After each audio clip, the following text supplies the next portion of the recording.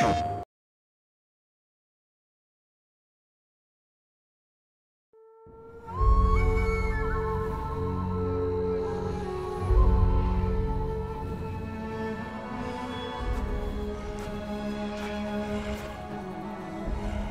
I'm Matt Birch from Heavy Spectrum, here to talk about Shadow of the Beast.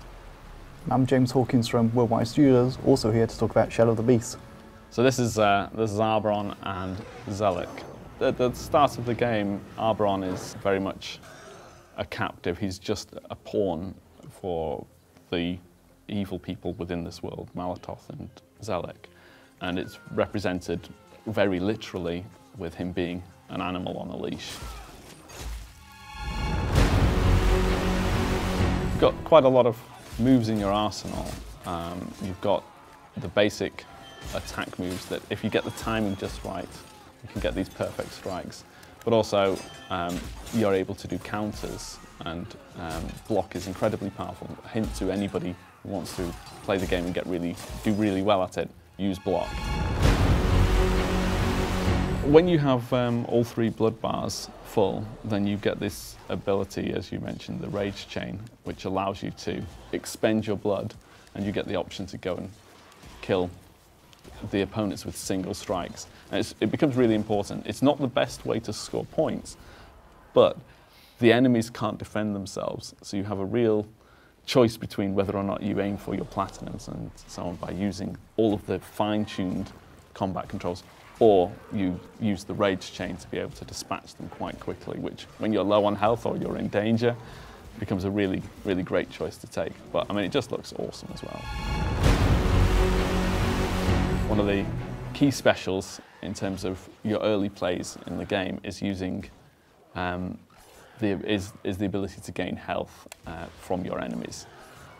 And that, as you can see in the corner, is using up my blood.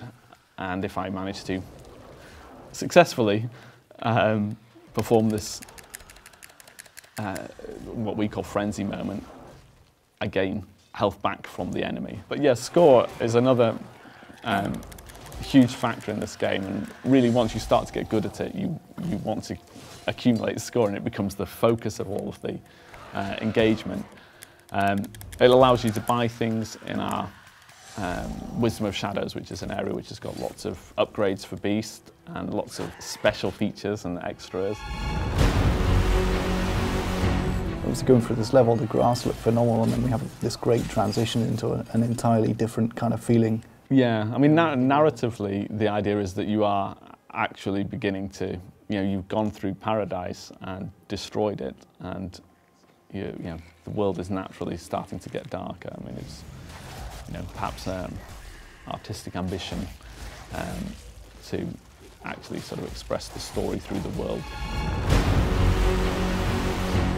And throughout the game, we explore different ways of this platforming becoming important to you. I mean, it's important to realise that it's not just a combat game. There's exploration in here, there's puzzles in here, and those are all part of the makeup that give it, hopefully, an engaging character for people to come and play.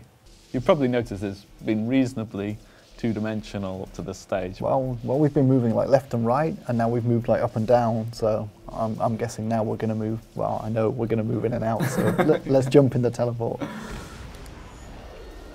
And yeah, I mean, this is one of the things that is just lovely about working with a 2.5D game. You get to frame these incredible sort of journeys throughout, and these teleporters that we encountered earlier in the level are now active, so solving that machine puzzle was actually really has opened up new ways of navigating in the level.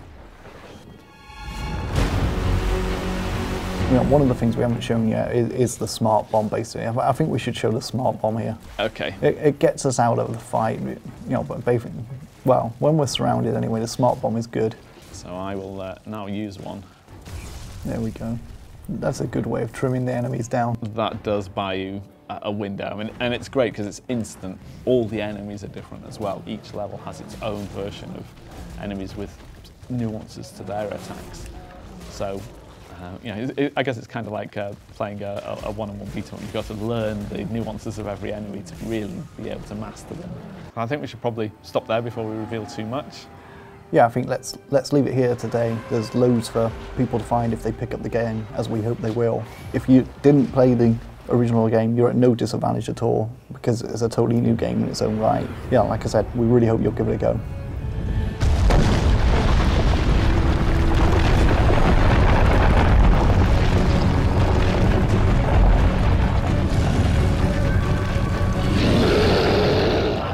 But if you really want to get into it, you're going to have to play it on Beast difficulty, and that's quite brutal.